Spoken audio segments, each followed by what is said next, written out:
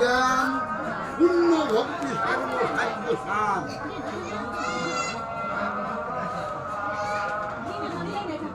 তা প্রভু তখন বললো যে এহ হয় কেবল সাই দিব, যে এহ হয় আগে প্রভাব, এহ হয় আগে প্রভাব কেবল সাই দিব।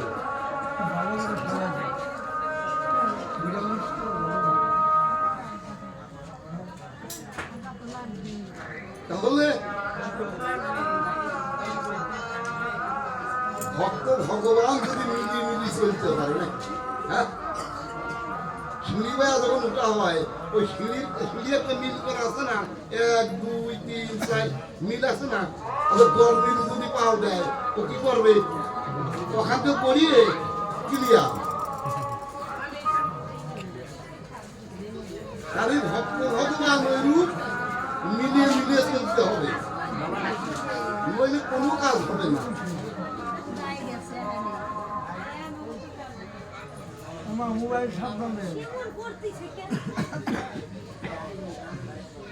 তাই যখন রামানন্দ বলল জ্ঞান শূন্য ভক্তি সর্বসাধ্য সার, প্রভু হয় আগে কোয়া কিন্তু এর পরে বলল।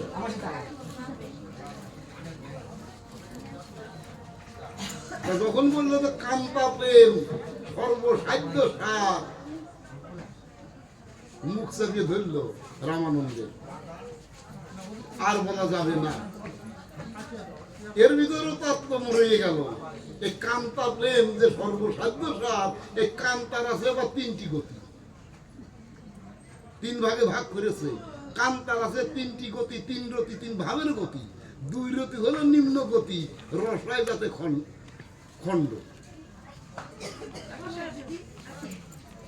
আচ্ছা, রস তরল রস ওটা নিচের দিকে যায় না উপরের দিকে যায়? নিম্ন গতি হয়। সাধক বলল কি যে তরল রস চিরদিন নিম্ন গতি ধায়, ওই নিম্ন গতি রসকে যারা করতে পারে জয়, নাকি নিম্ন গতি রসকে যারা ঊর্ধ্বগতি করতে পারে যারা, একমাত্র ওই বিশুদ্ধ রাধা প্রেমের প্রেমিক হয় তারা।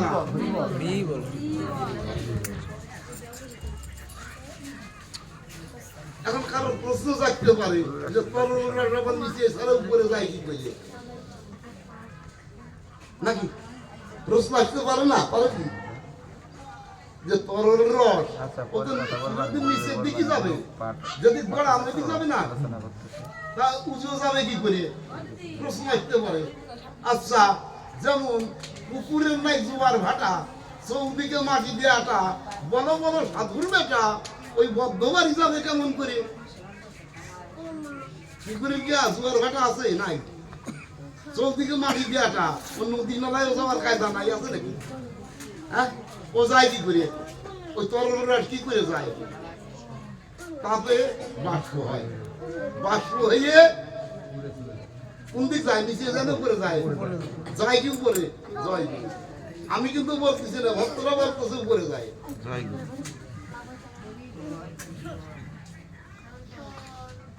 তাহলে উপরে যায় কি হয়? মেঘ আকার ধারণ করে। তার মানে আবার কি হয়? আবার যখন তরল হয় আবার পরিশোধন হয়। কে বলে মানুষ মরে? আমি বুঝলাম না ব্যাপার। মানুষ মরিয়া গেলে বিচার হবে কার? হ্যাঁ, পঞ্চত্ব পঞ্চরহু বিচারতে জানতে পাই, 1 থেকে 2 জনম, পরমাত্মার মরণ নাই। আমরা কি বলি? একজন মারা গেলে অমুক মারা গেছে, এই যে এটা মিথ্যে কথা বললাম। চিঠি লেখার সময় কি লেখা হয়? আমার বাবা কি আমার দাদু এখনো ছেড়ে পরলোকে গমন করেছে, এই কথা বলা হয় না? মানে এই গ্রামে তো অন্য গ্রামে গেছে, তাই মরে নাই। আত্মার যে মরণ নাই, কর্মের যে মরণ নাই, তাহলে আদি সত্য পরম যিনি এই জীব দেহ চালাইছেন তিনি, তাহলে পরমকে বাবা গেছেন। এই জীব দেহকে চালাচ্ছে, তাকে চেনো, তাকে মানো।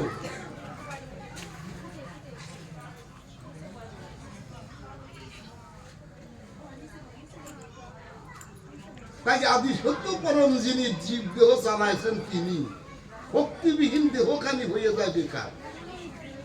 দেহে যখন শক্তি থাকে না ওই দেহ বেকার হয়ে যায় না, সামর্থ্য থাকে কি থাকে না।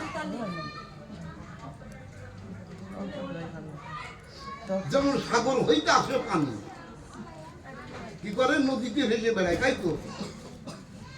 আবার যেটা হইতে আসে পানি সেটাই আবার চলে যায়, যেখান থেকে আসবে ওখানেই যায়। এই যে আমরা বলি ওরে আমার গতি কি হইবে, বলি যে আমার গতি কি হবে, এই গতি হয় কোন সময়? কথা তো আমরা মুখে বলি কিন্তু বুঝিয়ে বলি নাকি, এ কথা তো আমরা বুঝিয়ে বলি। আজান হয়ে গেছে, আমি শেষ করে সালাম দেই।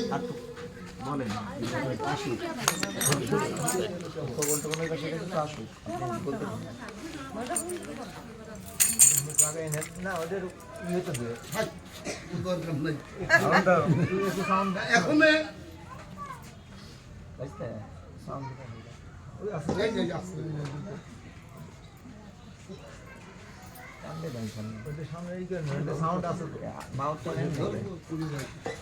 না আজব কিছু নাকি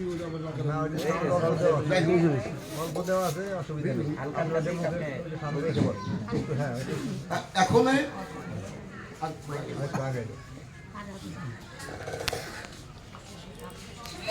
সাগর হইতে আসে পানি, নদীতে ভেসে বেড়ায়, যেটা থেকে আসে পানি সেটাই আবার চইলা যায়, জোয়ার ভাটায় চলে ফিরে।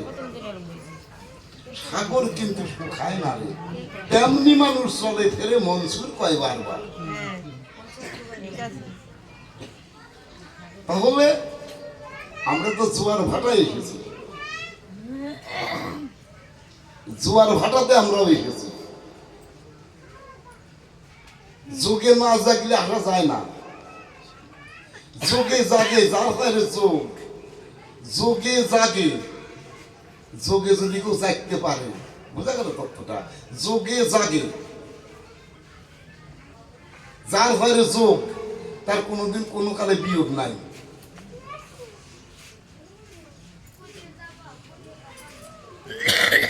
যোগের ঘরে বিয়োগ লিখলে বলে অঙ্ক ভুল হবে। তাই যোগে জাগে যার ফলে যোগ, তার কোনো কালে বিয়োগ নাই।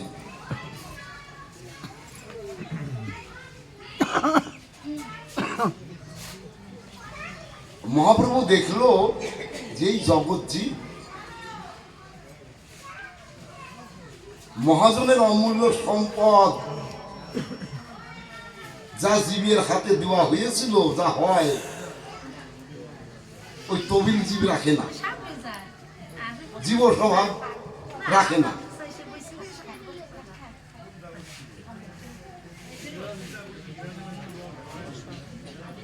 তাই মহাপ্রভু নিজে কৃষ্ণ এসে এবার গোকুল হয়ে ওই শিক্ষাটাই দিল যে মহাজনের অমূল্য সম্পদকে রক্ষা করো বাবা।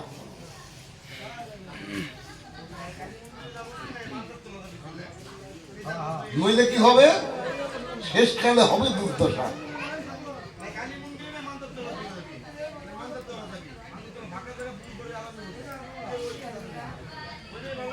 শেষকালে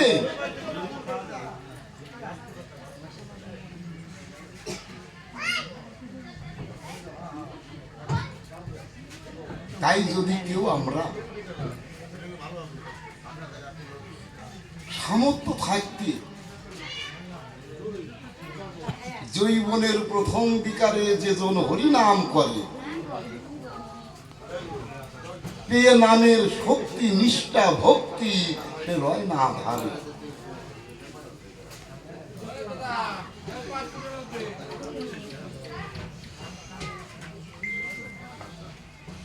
মহাপ্রভু কি দেখালো, আরো কি দেখালো, এই ধরাধামে যে কতদিন ছিল, 48 বছর। মহাপ্রভু এই ধরাধামে ছিল 48 বছর। তার মধ্যে উনি 4টে পথ দেখাইয়ে গেল। 48 বছর উনি থাকলো ধরা ধামে, তার মধ্যে দেখাইলো কয়টা ভাব।